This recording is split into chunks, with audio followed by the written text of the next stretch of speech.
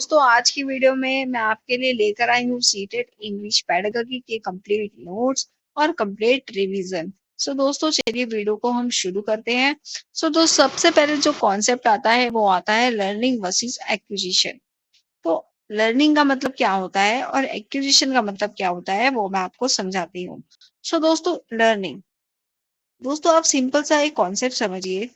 जब आप स्कूल जाते हैं तो वहां पर आपको लैंग्वेज कैसे सिखाई जाती है।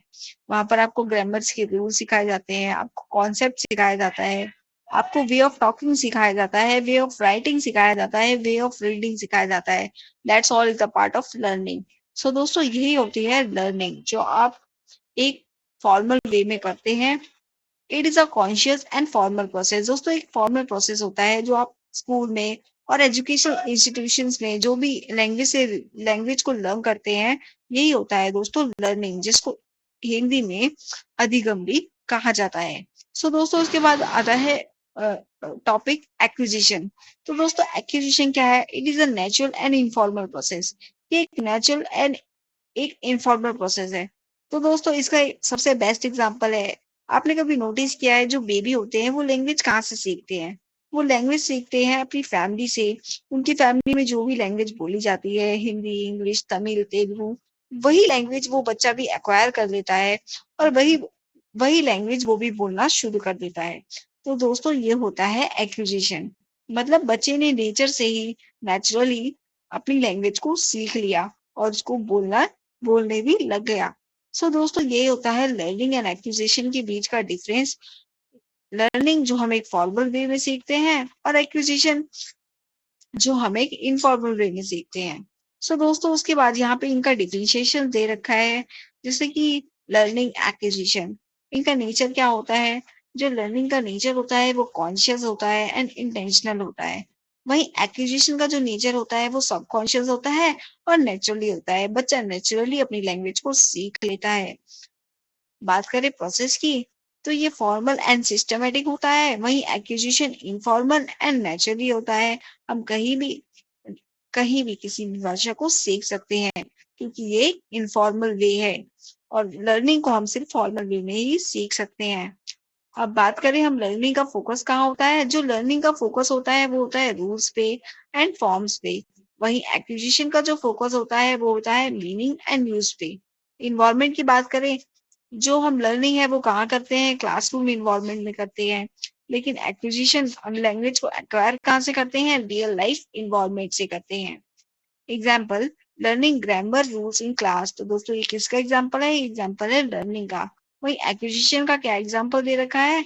Acquiring language by talking with family. हमने अपनी फैमिली से बात करके जो लैंग्वेज एक्वायर की, जो लैंग्वेज सीखी, वो होता है एक्विजिशन। तो दोस्तों इसके आउटकम क्या है? लर्निंग का आउटकम क्या है? Knowledge about language. हमें लैंग्वेज के बारे में एक अच्छी नॉलेज मिलती है, अच्छे रूल्स हमें सीखने को मिलते हैं जिससे हम लैंग्वेज को परफेक्टली बोल पाते हैं और लिख पाते हैं। वही बात करें हम एक्विजिशन का आउटकम क्या होगा? Ability to use language naturally. हम लैंग्वेज को नेचुरली यूज कर पाते हैं। हम अपनी फैमिली की लैंग्वेज को ही अपनी फैमिली में या अपने आसपास के एनवायरमेंट में इजिली बोल पाते हैं। तो दोस्तों ये था डिफरेंस लैंग्वेज वर्सेस एक्विजिशन के बीच में। यहाँ पे एक एग्जाम्पल भी दे रखा है बहुत ही अच्छा। When a child learns the rule. जब एक बच्चे ने रूल याद कर लिया कि ही गोज टू स्कूल, उसने परफेक्ट टेंस में बोला कि ही गोज टू स्कूल, तो उसने ये कहाँ से सीखा? ये फॉर्मल वे में सीखा। तो ये क्या है? ये है learning. When a child says I am hungry. अब बच्चे ने बोला कि मेरे को भूख लगी है, नेचुरली एट होम। उसने घर में किसी बड़े को देखा होगा कि जब उनको भूख लगती है तो वो कहते हैं आई एम हंग्री। तो उसने बच्चे को भी भूख लगी और उसने सेम वर्डिंग बोली कि आई एम हंग्री। तो ये क्या है? ये है एग्जाम्पल एक्यूजिशन का। तो दोस्तों यहाँ पे सीटेट की ट्रिक भी दे रखी है। अगर आपको इसको लगता है कि आपके लिए बेनिफिट है तो आप इसको रीड कर सकते हैं। दोस्तों इंपॉर्टेंट पॉइंट्स की अगर हम बात करें, both learning and acquisition are important in language development. दोस्तों लैंग्वेज डेवलपमेंट के लिए दोनों ही चीजें बहुत ज्यादा इंपॉर्टेंट है, लर्निंग भी और एक्विजिशन भी। Children first acquire language then learn it. बच्चा पहले लैंग्वेज को एक्वायर करता है और फिर उसको लर्न करता है। Good teaching balances both learning and acquisition. दोस्तों जो गुड टीचिंग है वो दोनों को ही बैलेंस करती है, लर्निंग एंड एक्विजिशन को। Acquisition leads to fluency, learning leads to accuracy. जो एक्विजिशन है वो बच्चे को फ्लुएंसी की तरफ ले जाता है, वहीं जो लर्निंग है वो बच्चे में एक्यूरेसी डेवलप करती है। तो remember, use plus meaning acquisition, rules plus study is equal to learning. So दोस्तों ये था लर्निंग और एक्विजिशन का टॉपिक। तो अब हम बात करेंगे प्रिंसिपल्स ऑफ लैंग्वेज टीचिंग। दोस्तों लैंग्वेज को टीच करने के लिए भी कुछ गाइडिंग प्रिंसिपल्स होते हैं जो टीचर्स को प्रोवाइड किए जाते हैं कि टीचर एक बेटर वे में बच्चों को लैंग्वेज सिखा सके। तो दोस्तों प्रिंसिपल्स मैंने आपको बता दिया क्या होते हैं। तो दोस्तों इसके कुछ इंपॉर्टेंट प्रिंसिपल हैं, जैसे learning by doing, practice makes perfect. मतलब कि बच्चों को ज्यादा से ज्यादा प्रैक्टिस कराना एंड उस लैंग्वेज का यूज कराना, जिससे बच्चे बहुत ही अच्छी तरह लैंग्वेज को सीख सकते हैं। कम्युनिकेशन इज द गोल, जो मेन गोल है वो कम्युनिकेशन होना चाहिए, सिर्फ ग्रामर पे फोकस नहीं होना चाहिए। Meaning first, form later. दोस्तों सबसे पहले बच्चे को, जो भी चाइल्ड है उसको अंडरस्टैंड करना आना चाहिए, बाद में वो ग्रामर रूल्स का यूज करके लैंग्वेज को अच्छे से बोल सकेगा और फिर लिख सकेगा। ये टीचर को ध्यान रखना चाहिए कि बच्चों को पहले मीनिंग बताए, बाद में उन्हें लैंग्वेज यूज करना सिखाए। Language is language is context. दोस्तों teach language in meaningful situation, not in isolation. दोस्तों जो लैंग्वेज है वो एक मीनिंगफुल सिचुएशन में टीच करानी चाहिए, आइसोलेशन में लैंग्वेज लर्न नहीं करानी चाहिए। Learner centre approach. दोस्तों जो लैंग्वेज है वो लर्नर के, जो भी चाइल्ड है उसके इंटरेस्ट और उसके लेवल के अकॉर्डिंग होनी चाहिए, ताकि वो चाइल्ड अच्छे से उस लैंग्वेज को सीख सके। Learning is a continuous process. दोस्तों as you all know, learning is एक कॉन्टिन्यूस प्रोसेस है जो लाइफ टाइम हमारे साथ चलती रहती है। हम हमेशा अपने लाइफ में कुछ ना कुछ याद तो करते ही रहते हैं। Integration of skills, listening, speaking, reading and writing are interrelated. दोस्तों जब हम एक लैंग्वेज लर्न करते हैं तो हम उसको लिसनिंग पे ध्यान देते हैं, स्पीकिंग पे ध्यान देते हैं, रीडिंग पे ध्यान देते हैं, राइटिंग आर इंटर रिलेटेड। दोस्तों ये चारों ही चीजें एक दूसरे से इंटर रिलेटेड है। Positive and supportive environment. दोस्तों जो क्लासरूम का इन्वायरमेंट है वो फ्रेंडली होना चाहिए, स्ट्रेस फ्री होना चाहिए, ताकि बच्चे अच्छे से लर्निंग कर सकें, अच्छे से अपनी लैंग्वेज को सीख सकें। Encourage creativity. दोस्तों टीचर को बच्चों को मोटिवेट करना चाहिए कि वो अपनी क्रिएटिविटी को दिखा सके, कि वो लैंग्वेज का कितनी अच्छी तरह यूज कर पा रहे हैं। उनको अपने खुद के आइडियाज लिखने का मौका देना चाहिए।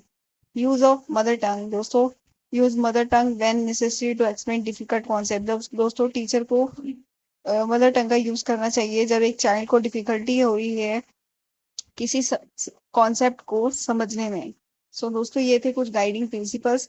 दोस्तों इसमें सीटेट की ट्रिक भी दे रखी है, आप कैसे ये सारे गाइडिंग प्रिंसिपल्स याद कर सकते हैं। इसके की पॉइंट्स क्या है। Principles guide the teacher. जो प्रिंसिपल्स होते हैं वो टीचर को गाइड करते हैं कि स्टूडेंट्स को कैसे अच्छी लैंग्वेज सिखाई जाए। They are flexible not strict rule. ये फ्लेक्सिबल होते हैं, कोई स्ट्रिक्ट रूल नहीं होता। They help in effective language teaching and better learning. तो दोस्तों ये थे प्रिंसिपल्स ऑफ लैंग्वेज ट्रेनिंग। तो दोस्तों चलिए आगे बढ़ते हैं वीडियो में। दोस्तों हमारा नेक्स्ट टॉपिक है लैंग्वेज 1 वर्सेस सेकंड लैंग्वेज 2। तो दोस्तों बात करें हम इसकी मीनिंग की, तो दोस्तों इसका एक बहुत ही अच्छा एग्जांपल मैं आपको देती हूँ। तो दोस्तों जैसे आपने देखा होगा कि आप घर पे पहले कौन सी लैंग्वेज बोलते हैं, जो लैंग्वेज आपकी फैमिली में बोली जाती है। फॉर एग्जाम्पल आप घर पे हिंदी लैंग्वेज को बोलते हैं, लेकिन आप स्कूल जाते हैं और वहाँ पर इंग्लिश लैंग्वेज को सीखते हैं और बोलना सीखते हैं। तो दोस्तों हिंदी आपकी क्या हुई फर्स्ट लैंग्वेज और इंग्लिश आपकी क्या हुई सेकंड लैंग्वेज। तो दोस्तों यही होता है first language and second language, जिसका डिफरेंस मैंने आपको बहुत ही अच्छी तरह समझा दिया है। दोस्तों यहाँ पे रिमेंबर में एक शॉर्ट में लिखा हुआ है कि लैंग्वेज 1 होम की लैंग्वेज और लैंग्वेज 2 स्कूल की लैंग्वेज, जो आप स्कूल में सीखते हैं। तो दोस्तों यहाँ पे कुछ इनका डिफरेंस टेबल दे रखा है, ये आप पढ़ लेना, ये आपका होमवर्क है। दोस्तों वीडियो बहुत ज़्यादा लॉन्ग हो जाएगी, इसलिए मैं सारे टॉपिक को कवर नहीं कर सकती। सो दोस्तों ये कुछ इसके डिफरेंस है, आप पढ़ लीजिएगा, बहुत ईजी है। तो दोस्तों ये रीड कर लेना। अब आ गया एग्जाम्पल में, मैं आपको एग्जाम्पल से भी समझा देती हूँ। रिया स्पीक्स हिंदी एट होम। रिया घर पे हिंदी भाषा बोलती है, तो ये उसकी लैंग्वेज 1 है। रिया लर्न्स इंग्लिश एट स्कूल। अब रिया स्कूल में जाकर कौन सी भाषा सीखती है, इंग्लिश लैंग्वेज को सीखती है। तो ये कौन सी उसकी लैंग्वेज हो गई, ये हो गई लैंग्वेज 2। तो इसके की पॉइंट्स क्या है। L1 supports learning of L2। जो लैंग्वेज 1 है वो सपोर्ट करती है लैंग्वेज 2 की लर्निंग में। अगर लैंग्वेज 1 स्ट्रॉन्ग है तो लैंग्वेज 2 भी स्ट्रॉन्ग होगी। Teacher should respect and use students language 1 in teaching. दोस्तों, टीचर्स को ये ध्यान रखना चाहिए कि जो बच्चे की मदर टंग लैंग्वेज है, जो उसकी लैंग्वेज 1 है, उसको इजी वे में कॉन्सेप्ट ऑन टॉपिक्स को पढ़ाना उसी लैंग्वेज में, ताकि बच्चा अच्छे से समझ सके। तो दोस्तों, चलिए वीडियो में आगे बढ़ते हैं। नेक्स्ट टॉपिक हमारा जो है वो है लैंग्वेज स्किल्स, जिसको LSRW, ये इसका एक की शॉर्ट वर्ड है, जिसका मतलब होता है listening, speaking, reading and writing. तो दोस्तों, language learning is develop through 4 basic skills called LSRW। तो जो लैंग्वेज लर्निंग का प्रोसेस है वो 4 बेसिक स्किल्स से होता है, जो होता है listening, speaking, reading and writing से। तो दोस्तों, सबसे पहले हम बात करते हैं लिसनिंग की। It is the first and basic skill. दोस्तों, ये फर्स्ट एंड बेसिक स्किल है, क्योंकि जब हम सुनते हैं तो हम अंडरस्टैंड करते हैं और लैंग्वेज को बोलना सीखते हैं। इसमें टीचर्स का रोल क्या होता है? Provide good listening opportunities, activities, story, songs, conversation, instructions. दोस्तों, जैसे जैसे टीचर हमें एक क्लास में हमें टॉपिक पढ़ाती है, हम ध्यान से उसको सुनते हैं और सुनते ही हमारा कंसेप्ट जो है वो क्लियर हो जाता है, हमें वो चीज़ याद हो जाती है। तो दोस्तों, दैट इज लिसनिंग, मतलब हम लैंग्वेज को लिसनिंग करके भी सीखते हैं। Speaking, it is the skill of expressing ideas and feeling orally. दोस्तों, हम बोल कर भी अपने जो आइडियाज हैं उसको एक्सप्रेस करते हैं, अपनी फीलिंग्स को बताते हैं। कैसे बताते हैं? बोल के बताते हैं, ओरली बताते हैं। Build confidence and communication ability, ये हमारे अंदर एक कॉन्फिडेंस को बिल्ड करती है, और हमारी जो कम्युनिकेशन एबिलिटी है, जो बातचीत करने का ढंग है, उसको और ज़्यादा इम्प्रूव करती है। Teacher role, encourage student to speak. दोस्तों, इसमें टीचर का रोल क्या होना चाहिए कि बच्चों को इंकरेज करे कि वो अपने आइडियाज़ को बोल सकें। एक्टिविटीज़ दोस्तों इसमें कौन सी आती है? Role play, conversation, group discussions and presentations. उसके बाद आता है third, that is reading. It is the skill of understanding written language. दोस्तों, reading as you all know, जो भी लिखा होता है बुक में उसको अंडरस्टैंड करना, रीड करके इम्प्रूव वोकेबलरी, इससे हमारी वोकेबलरी अच्छी होती है, नॉलेज एंड थिंकिंग डेवलप होती है। इसमें टीचर का रोल क्या होना चाहिए? Provide interesting and level appropriate sorry दोस्तों, रीडिंग मटेरियल। तो दोस्तों, इसमें टीचर का रोल ये होना चाहिए कि बच्चों को अच्छे अच्छे मतलब स्टोरीज देना या फिर रीडिंग अपॉर्चुनिटीज देना, ताकि वो अपनी रीडिंग स्किल्स को बेटर कर सकें। फिर आता है इसमें एक्टिविटीज कौन सी आती है? Reading passages, comprehensions, story books. फिर आता है दोस्तों writing. It is a skill of expressing thoughts in written form. दोस्तों, जब हम लिख कर कुछ एक्सप्रेस करते हैं, हम लैंग्वेज को कैसे सीख रहे हैं? राइट करके। Helps in accuracy, organisations and creativity. Teachers का रोल क्या होगा? Give regular writing practice and feedback. As you all know दोस्तों, स्कूल्स में राइटिंग कॉम्पिटिशन्स ऑर्गेनाइज होते हैं। क्यों होते हैं? ताकि बच्चा अपने आइडियाज़ को एक्सप्रेस कर सके और जो उसके राइटिंग स्किल्स हैं वो डेवलप हो सके। इसमें एक्टिविटीज आती है paragraph writing, letter writing, diary writing, story writing, that's all part of writing. So दोस्तों, ये थे कुछ 4 हमारे लैंग्वेज स्किल्स, जिसको हम LSRW कहते हैं। दोस्तों, इसको सीक्वेंस में याद रखिएगा, LSRW, listening, speaking, reading and writing. So दोस्तों, इसके की पॉइंट क्या है? Listening is respective skill, speaking is productive skill, reading builds understanding and writing expresses ideas clearly. इसके एग्जाम्पल यहाँ पे दिए हुए हैं। Teachers tells a story, teacher ने एक स्टोरी बताई, तो ये क्या है? Listening. Student talks about a picture, students ने पिक्चर के बारे में बात करी। Speaking, needs a passage. Reading, student writes a letter, that's is writing. तो सीटेट की ट्रिक क्या हुई? Listening first, speak next, read more, write best. So दोस्तों, that's all important points of 4 skills: listening, speaking, reading, writing. All are connected. All 4 skills are interrelated and help in overall language development. तो दोस्तों, ये 4 skills language development में बहुत ज़्यादा मदद करते हैं। इसका मतलब क्या होता है? मेथड एक स्पेसिफिक वेज और प्रोसीजर्स होते हैं जो टीचर्स यूज करती है क्लासरूम में लैंग्वेज को पढ़ाने के लिए, इंग्लिश को पढ़ाने के लिए। तो दोस्तों, ये होते हैं कुछ मेथड्स। हर टीचर कोई ना कोई मेथड तो यूज़ करता ही है, ताकि वो स्टूडेंट्स को अच्छे से कॉन्सेप्ट क्लियर करा सके, फिर चाहे वो इंग्लिश के कॉन्सेप्ट हो या ग्रामर के कॉन्सेप्ट हो। सो दोस्तों, इसके कुछ इंपॉर्टेंट मेथड्स होते हैं। सबसे पहले आता है ग्रामर ट्रांसलेशन मेथड, जिसका फोकस होता है ग्रामर रूल्स पे एंड ट्रांसलेशन पे। Students learn grammar first and then translate. जो दोस्तों स्टूडेंट है वो पहले ग्रामर लर्न करता है और बाद में इसको ट्रांसलेट करना सीखता है। Use of mother tongue is more. यहाँ पे मदर टंग का बहुत ज़्यादा इस्तेमाल किया जाता है। Not good for speaking and listening. दोस्तों ये बोलने के लिए और सुनने के लिए अच्छा नहीं होता। Direct method teach through English only. No use of mother tongue. दोस्तों डायरेक्ट मेथड में क्या होगा, जो टीचर होगी वो सिर्फ इंग्लिश में पढ़ाएगी, इसमें कोई मदर टंग का यूज नहीं होगा, कोई स्पीकिंग और लिसनिंग पर ही फोकस होगा। रियल ऑब्जेक्ट्स एंड पिक्चर्स का ही यूज होगा। Audio lingual method. दोस्तों ये based on habit formation and repetition पे बेस्ड होता है। Repetition drills and pattern practice good for forming correct habits. दोस्तों ये करेक्ट हैबिट्स फॉर्म करने में मदद करता है। इसमें जो क्रिएटिविटी होती है वो लिमिटेड होती है। फिर आता है कम्युनिकेटिव मेथड, जिसका फोकस होता है कम्युनिकेशन पे और मीनिंग पे। Student learn to communicate in real situations. इसमें स्टूडेंट रियल लाइफ में बातचीत करने का तरीका सीखते हैं। रोल प्ले, ग्रुप पर discussions. Most popular and effective method. दोस्तों ये सबसे ज़्यादा इफेक्टिव एंड पॉपुलर मेथड होता है। तो दोस्तों फॉर एग्जांपल टीचर एक कॉन्सेप्ट समझा रही है और वो बच्चों से भी कम्युनिकेट कर रही है और बच्चों से भी पूछ रही है कि आपको इस कॉन्सेप्ट के बारे में क्या पता है। फिर आता है task based method, learning through meaningful task. Student do task like project, service, role play. इसमें क्या होता है, जो टीचर है वो बच्चों को अलग अलग प्रोजेक्ट्स देती है, सर्विस देती है, जिसमें बच्चे एक टास्क परफॉर्म करते हैं और उस पर एक फाइल क्रिएट करते हैं, उस पर अपना एक जो भी प्रोजेक्ट है वो क्रिएट करते हैं, जो उनकी क्रिएटिविटी को डेवलप करता है। Improves all language skills, learner centre approach. दोस्तों इसमें जो लर्निंग का अप्रोच होता है वो लर्नर के सेंटर ही होता है। फिर आता है content and language integrated learning, CLIL। Learn English along with other subjects like science, EVS. तो दोस्तों इसमें दो गोल होते हैं, content learning plus language learning. दोस्तों इसमें जैसे ईवीएस और साइंस को भी इंग्लिश में पढ़ाया जाता है, जिसमें आपका कॉन्सेप्ट भी क्लियर हो जाता है और आपको ग्रामर भी याद हो जाती है, आपको इंग्लिश भी याद हो जाती है। Makes learning meaningful and interesting. ये इंग्लिश को मीनिंगफुल बनाता है एंड इंटरेस्टिंग बनाता है। Develop both subject and language skills. इसमें क्या होगा, आपके लैंग्वेज स्किल्स भी डेवलप हो जाएंगे और आपका जो सब्जेक्ट का कॉन्सेप्ट है वो भी क्लियर हो जाएगा। तो दोस्तों इसके कुछ की पॉइंट्स भी हैं। No single method is best for all.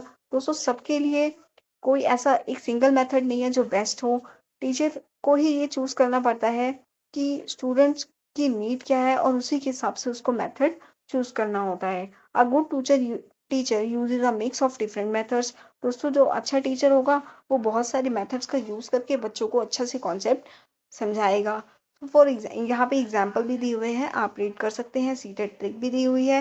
Remember दोस्तों, good teaching right matter, right technique plus right activities. So दोस्तों यही होते हैं गुड टीचिंग की पहचान, कि राइट मेथड को चूज किया जाए, राइट टेक्निक को यूज किया जाए और राइट एक्टिविटीज को चूज किया जाए। तो दोस्तों अब हम नेक्स्ट टॉपिक करेंगे जो है अप्रोचेस टू टीचिंग इंग्लिश।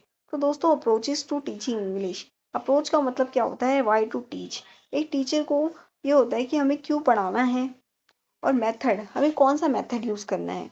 दोस्तों इसका मीनिंग यहाँ पे आप रीड कर सकते हैं। Approach is a set of beliefs and assumptions about language and learning which helps in planning method and activities. दोस्तों यहाँ पे कुछ इंपॉर्टेंट अप्रोचेस दे रखे हैं, जैसे ग्रामर ट्रांसलेशन अप्रोच, जहाँ पे फोकस होगा ग्रामर रूल्स पे, उसकी ट्रांसलेशन पे। स्टूडेंट्स जो होंगे वो ट्रांसलेट करेंगे from one language to another. For example वो हिंदी से इंग्लिश में ट्रांसफर करेंगे। Very little speaking and listening. दोस्तों यहाँ का एग्जाम्पल भी दे रखा है, teacher explains a grammar rule in Hindi and student translate sentence. फिर आता है direct approach, teach in English, सिर्फ इंग्लिश में ही पढ़ाना है, focus on speaking and listening. No use of mother tongue. दोस्तों ये मैं आपको लास्ट वीडियो में भी पढ़ा चुकी हूँ, वहाँ पे भी आप ये पढ़ सकते हैं। फिर आता है communicative approach, task based approach and natural approach. दोस्तों यहाँ पे कुछ अप्रोचेस दे रखे हैं जो आप कर सकते हैं, यहाँ पे एग्जाम्पल्स दिए हुए हैं और यहाँ इनका मीनिंग लिखा है। दोस्तों इसके कुछ की पॉइंट्स हैं। No single approach is best for all. Choose approach according to learners' needs and levels. Good teacher uses a mix of approaches. Example, in a classroom, use direct approach for new words. Use communicative approach for conversation. Use task-based approach for projects. यहाँ पे seated की trick भी दे रखी है। Remember guys, right approach, right method, right activities, better learning. दोस्तों यहाँ पे approaches की हमने बात की। जो आप यहाँ पे रीड कर सकते हैं। बहुत ही अच्छी तरह एग्जाम्पल्स दे रखे हैं, आपको यहाँ पे मीनिंग दे रखा है। सो दोस्तों यहाँ से आप रीड कर सकते हैं। दोस्तों हमारा नेक्स्ट टॉपिक आता है grammar and vocabulary teaching. So दोस्तों grammar is a set of rules of for using language. As you all know grammar क्या है? एक सेट ऑफ रूल्स है जो हम लैंग्वेज को बहुत ही अच्छी तरह लिखने में हमारी मदद करता है। और वोकेबलरी क्या है? Is a collection of words with their meaning as use. दोस्तों वोकेबलरी क्या है? एक कलेक्शन है वर्ड्स का और उनके मीनिंग्स का। दोस्तों हमें हर इंग्लिश के वर्ड का मीनिंग नहीं पता होता, तो हमें वो मीनिंग कहाँ से पता लगता है? वोकेबलरी से पता लगता है। तो दोस्तों good grammar plus reach vocabulary क्या होती है? इफेक्टिव कम्युनिकेशन करती है आपका। तो teaching grammar and teaching vocabulary. तो टीचिंग ग्रामर क्या है दोस्तों? Grammar should be taught in context not in isolation. Focus on use of grammar in speaking and writing. दोस्तों हमें बोलते समय ग्रामर का यूज पे फोकस रखना चाहिए, या लिखते समय भी। Use simple clear and short rules. दोस्तों simple clear and short rules को यूज करो। Provide examples from real life. Use practice activities for better understanding. Encourage student to discover rules through examples. दोस्तों यहाँ पे एग्जांपल भी दे रखा है। Instead of teaching tenses rules, use sentences from stories और डेली लाइफ। फिर आता है दोस्तों teaching vocabulary.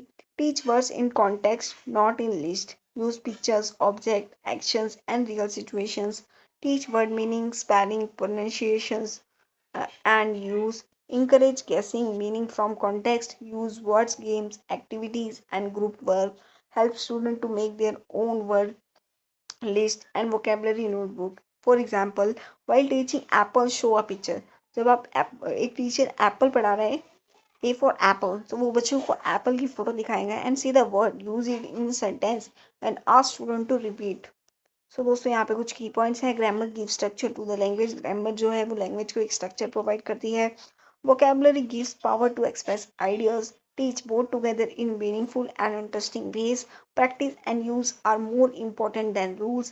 Examples of activities: grammar, sentence making, filling blanks, error correction, and role play. Vocabulary के examples क्या होंगे? Word ball, picture naming, word bingo, matching words. तो दोस्तों यहाँ भी सीटेड ट्रिक दे रखी है। Remember, learn grammar to be correct, learn vocabulary to be expressive. So दोस्तों यहाँ पे कुछ इंपॉर्टेंट पॉइंट दे रखा है। Teach grammar and vocabulary for communication not for examination. So दोस्तों टीचर को ये चाहिए कि बच्चों को ग्रामर किस लिए पढ़ाई जाए, ताकि वो अच्छी अपनी कम्युनिकेशन कर सके। सिर्फ एग्जामिनेशन के लिए टीचर का टारगेट नहीं होना चाहिए लैंग्वेज पढ़ाने को। तो दोस्तों हमारा नेक्स्ट टॉपिक है असेसमेंट एंड एवोल्यूशन।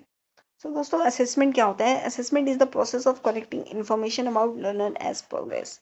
सो दोस्तों असेसमेंट एक प्रोसेस होता है जिसमें टीचर बच्चों की इंफॉर्मेशन कलेक्ट करती है कि उनका प्रोग्रेस कैसा चल रहा है क्लासरूम में।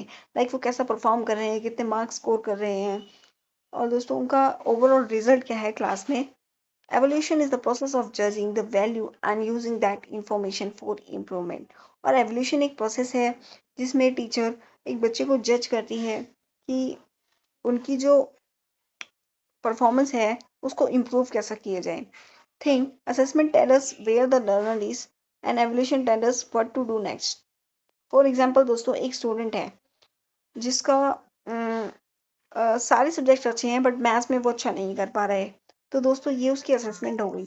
एंड एवोल्यूशन, अब टीचर सोचेगी नेक्स्ट कि इसकी मैथ्स को कैसे डेवलप करे, इसके मैथ्स के स्किल्स को कैसे डेवलप करे, इसमें एडिशंस की एंड सब्ट्रैक्शन कैसे सिखाएं, मैथ्स के रूल्स कैसे सिखाएं। तो दैट इज एवोल्यूशन। तो दोस्तों असेसमेंट एंड एवोल्यूशन बहुत ही इंपॉर्टेंट है कोई भी कॉन्सेप्ट समझाने के लिए एंड एक बच्चे की ओवरऑल डेवलपमेंट के लिए। सो टाइप्स ऑफ असेसमेंट, यहाँ पे डायग्नोस्टिक असेसमेंट होता है। Find out the strengths and weakness before teaching. Formative assessment done during the teaching learning process to improve learning. So दोस्तों जो डायग्नोस्टिक असेसमेंट होता है वो टीचिंग कुछ भी पढ़ाने से पहले ही कर लिया जाता।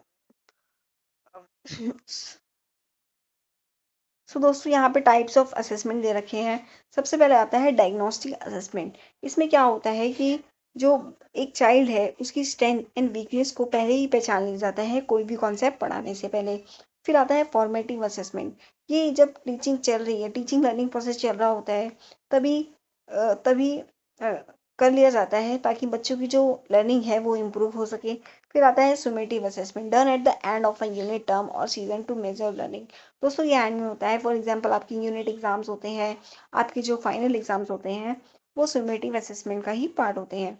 Continuous and comprehensive evolution ongoing assessment of all aspects of a learner's as development, example academics and plus co-curricular plus life skills।